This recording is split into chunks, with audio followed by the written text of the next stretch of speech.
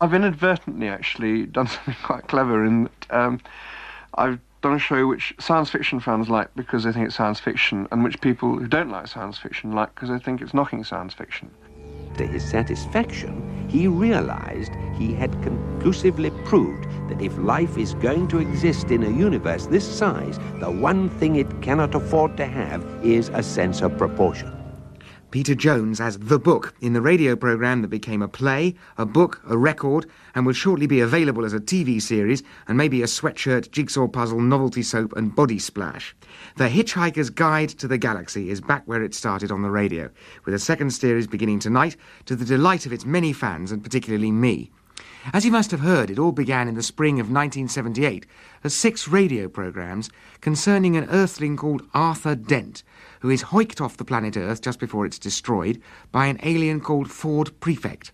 And together they hitch across the universe, meeting extraordinary people and hearing extraordinary stories. It's the kind of adventure that people who hope they know what it means would call picaresque. But why did that first series catch on so widely and so quickly? The producer, Geoffrey Perkins. Probably the strongest element of the programme is just the extraordinary nature of some of the ideas. We have a lot of talking mechanical objects. We have a happy talking computer called Eddie, who is the equivalent of the paranoid android. We have a talking computer, which is programmed to solve the problems of life, the universe and everything, which turn out to be 42. And after he announces this, he's then reprogrammed to find out what the ultimate question is. What other characters got? Slarty Bartfast. Slarty Bartfast is a Magrathian coastline designer. He designed the coastline of Norway with glaciers, etc.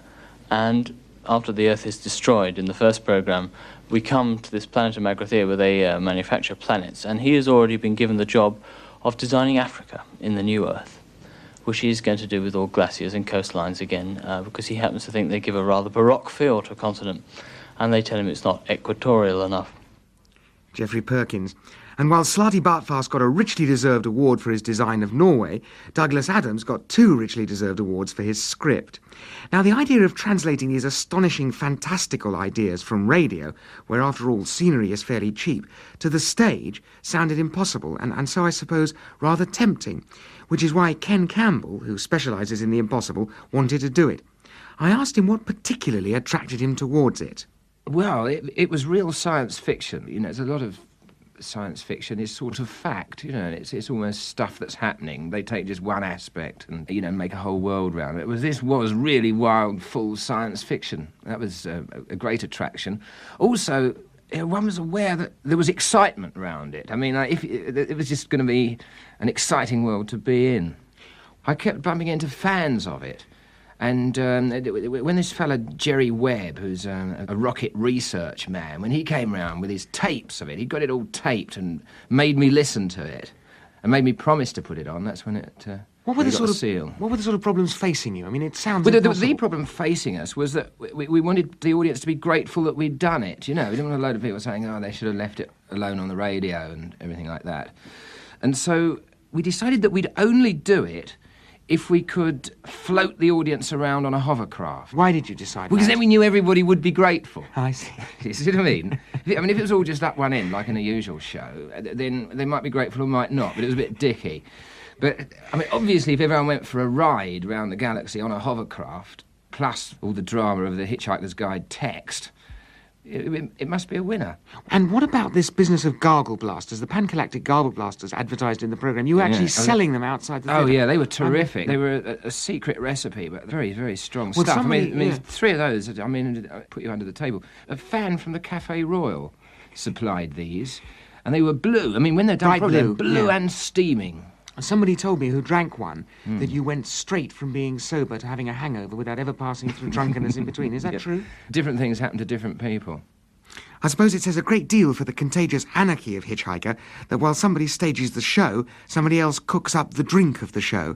An accolade denied even to Chekhov. You never hear of the Cherry Orchard Cherry Brandy, do you?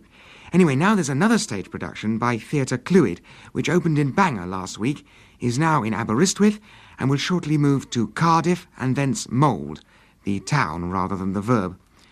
Apart from this superb invention and exceptionally accurate spoof philosophy, Douglas Adams' script also has a very new way with words, And personally, I didn't find it surprising that the paperback book of the show went to number 1 in the charts, as witness this extract with Arthur Dent and Ford Prefect stuck in the hold of a spaceship of the Vogon constructor fleet.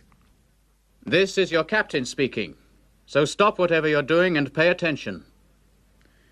First of all, I see from our instruments that we have a couple of hitchhikers aboard. Hello, wherever you are. I just want to make it totally clear that you are not at all welcome. I worked hard to get where I am today, and I didn't become captain of a Vogon constructor ship simply so I could turn it into a taxi service for a load of degenerate freeloaders. I have sent out a search party, and as soon as they find you, I will put you off the ship. If you are very lucky, I might read you some of my poetry first. Charming man, said Arthur Dent. I wish I had a daughter so I could forbid her to marry one. You wouldn't need to, said Ford Prefect. They've got as much sex appeal as a road accident. No, don't move, he added, as Arthur began to uncurl himself. You'd better be prepared for the jump into hyperspace. It's unpleasantly like being drunk. What's so unpleasant about being drunk? You ask a glass of water. An example there of what is known in the publishing trade as a 14-carat thigh slapper, read by Graham Faulkner. But did the publishers anticipate that Hitchhiker would be such a success? Simon Masters of Pan Paperbacks. We knew we had something special on our hands, and we kept our fingers crossed. But we printed 60,000 copies to start with in October, and since then we've sold another 200,000 copies almost. And we have another 50,000 copies being delivered to our warehouse today, and another 50,000 copies next month. So clearly, yes, we've been astonished by the book's success, but nevertheless delighted by it. It's the kind of publishing that we get the most pleasure out of, making a success out of something wholly, or at least partly unexpected. I think it's appealing to anyone with a sense of humour, anyone interested in the absurd and the strange. I think a fair comparison, perhaps, is the extraordinarily low-key way in which Monty Python started off. The Hitchhiker's Guide to the Galaxy has become, over the last 2 or 3 months during which we've been publishing the book, a cult success, at least in book publishing terms.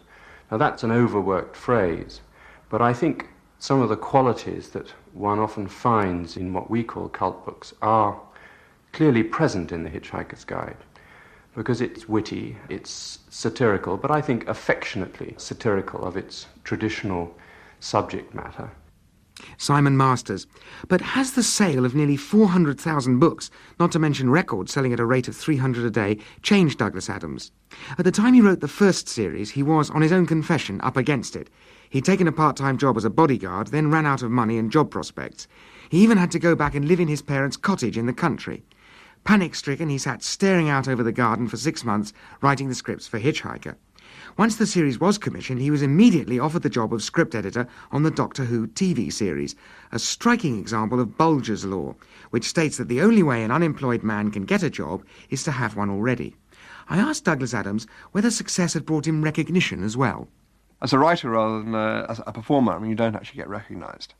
But I was walking down the street the other day, and a guy passed me in a car, and he stopped, and it was a Ford Prefect who was driving.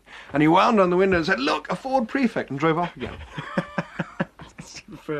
The first series, when you were lacking self-confidence, has your sort of astonishing success given you more self-confidence? Or? No, it's made it more difficult for the second series, actually, which has been written under totally different circumstances. Because, you see, the first time round, you're struggling against the fact nobody knows who you are, nobody expects you to be any good, etc., etc. So you're saying, I'm better than people think I am, and I can do this, and I'll do that. And I'll prove that I can do it. Now, of course, you've got everyone saying, oh, it's wonderful, it's terrific. And I think, oh, it's not that good. And you suddenly think, I'm not actually as good as people think I am. And that actually is more difficult to fight. One thing that I particularly like about Hitchhiker is that you have brilliantly stayed clear of whimsy. Now, this implies some very rigorous self-censorship. How have you kept clear of all? I think it's quite a large dustbin, really.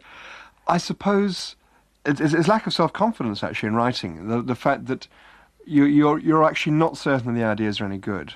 It's that which makes you throw out idea after idea after idea. And actually just sit staring at a typewriter and saying, oh, that's no good, that's no good. Oh, well, I suppose I can just about get away with this bit. And I suppose if that editing wasn't quite as rigorous as that, then there would be more whimsy. Let me say that you don't actually look like a science fiction freak yourself. You're much taller than the average science fiction freak, and you don't have glasses there's like a reason milk for bottle that. bottom. Yes, you see, I first decided I'm going to be a comedy writer, and I was fairly certain I could be the tallest comedy writer there was. But then, of course, discovered John Cleese is like the same height. Muir and Norden are taller, or Muir is at least. Galton and Simpson are both taller. So I thought, well, I mean, I haven't got a chance in this business. I looked around and discovered that most science fiction authors were actually fairly short, so I thought I can get in there. Have there been any sort of science fiction seminal influences on your... I suppose so, yeah. I mean, Kurt Vonnegut, fairly obviously. I mean, I keep on trying to edit out the Vonnegutisms, if I can go on such a word. Robert Sheckley. In fact, the more and more I read of Robert Sheckley, I hadn't read an enormous amount before I wrote Hitchhiker, the more I realise I've been doing exactly the same sort of thing, in fact. And I suppose those are the main ones, really. Most of the rest of them aren't particularly funny. Well, Douglas Adams' scripts were more than just funny. They created a lot of headaches for the producers, demanding the sounds of destruction of various planets, uprooting of buildings, and a dozen different kinds of death ray. In the end, Geoffrey Perkins and Paddy Kingsland of the Radiophonic Workshop found that for every day spent in the studio with the actors, they needed another 6 or 7 days' work at the mixing console. I went down to what must be every hi-fi freak's dream at the studios in Maida Vale, and I asked Geoffrey Perkins first how they'd gone about producing the sound of a man being locked into the nastiest thing in the galaxy, a particularly vicious vortex. That's actually just done by my going down and thumping the strings of a very good and expensive piano with my hand and putting it on an enormous amount of echo.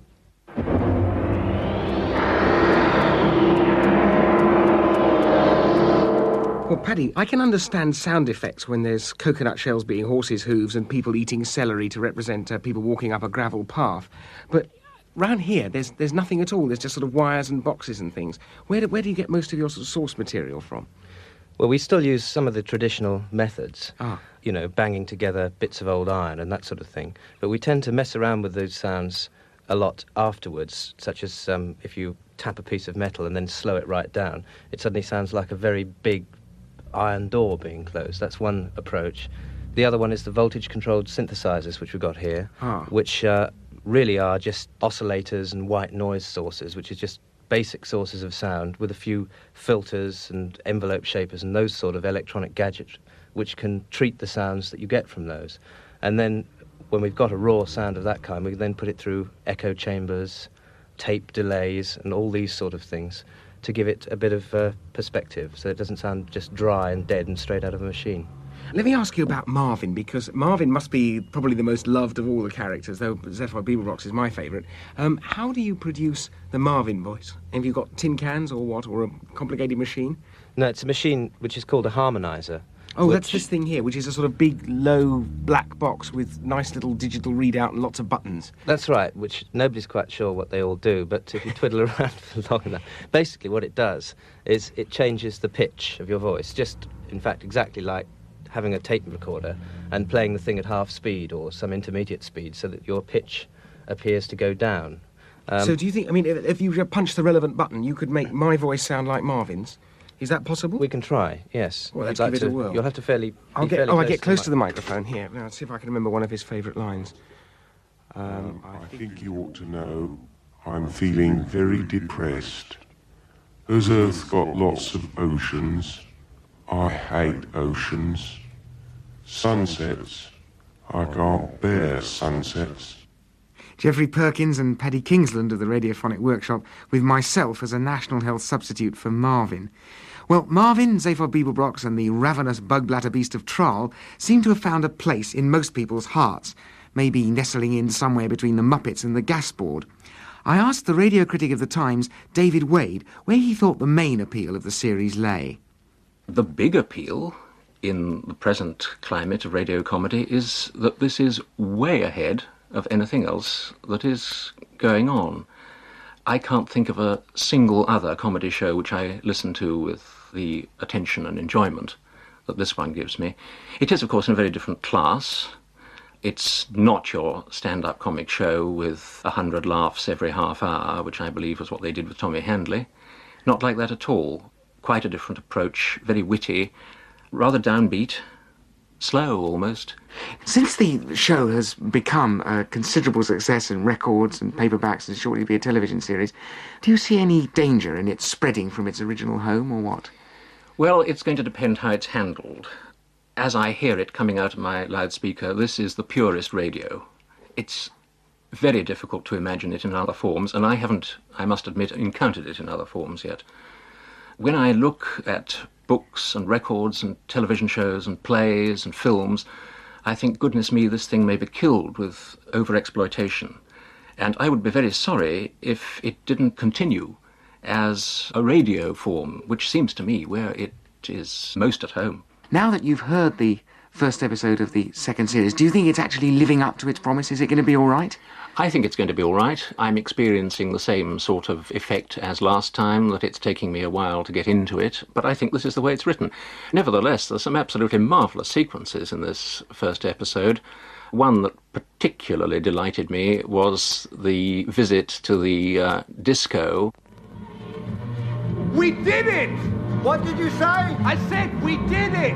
What did you say? What? I said, what did you say? I can't hear! What? What? What? What? Hi there, baby. Hi there, baby. You want to dance? No! Do I look like I want to dance? You look like it to me. I must have got my wrong body on. Suit yourself then. Hi there, baby. You want to dance? Feeble Rocks? All these dancers, they're robots. They're just to make the place look crowded, give it some atmosphere. But there aren't any real people here at all. So what's new? What's up? I just walked past this nozzle in the wall. It's spraying the smell of hot sweat over everything. Oh, yeah, okay, let's get out of here. Can you see a door? Yeah, it's right in the far corner. Let's go. You cannot go. You must. Alan Ford as Rooster, Mark Wing-Davey as Zaphod Beeblebrox, and before them, David Wade of The Times, looking forward to being gradually addicted to the second series. And of course, the second series starts in just over half an hour, so do stay tuned to this channel if you want to find out what all the fuss is about. Just to remind you, the series is being broadcast each night this week at 10:30, and the repeats are on Sundays, starting on February the 24th. But as Douglas Adams puts it, time is an illusion, lunchtime particularly. And that's all we've got any kind of time for until tomorrow at the regular time of 9:30, when Tony Palmer will be giving you Tolkien's Creatures, music from Donald Swann, and Clint Eastwood in Alcatraz. And now that you understand the cyclical nature of time, life, the universe, and everything, let's end this Hitchhiker episode of Kaleidoscope with the beginning. To his satisfaction, he realized he had conclusively proved that if life is going to exist in a universe this size, the one thing it cannot afford to have is a sense of proportion.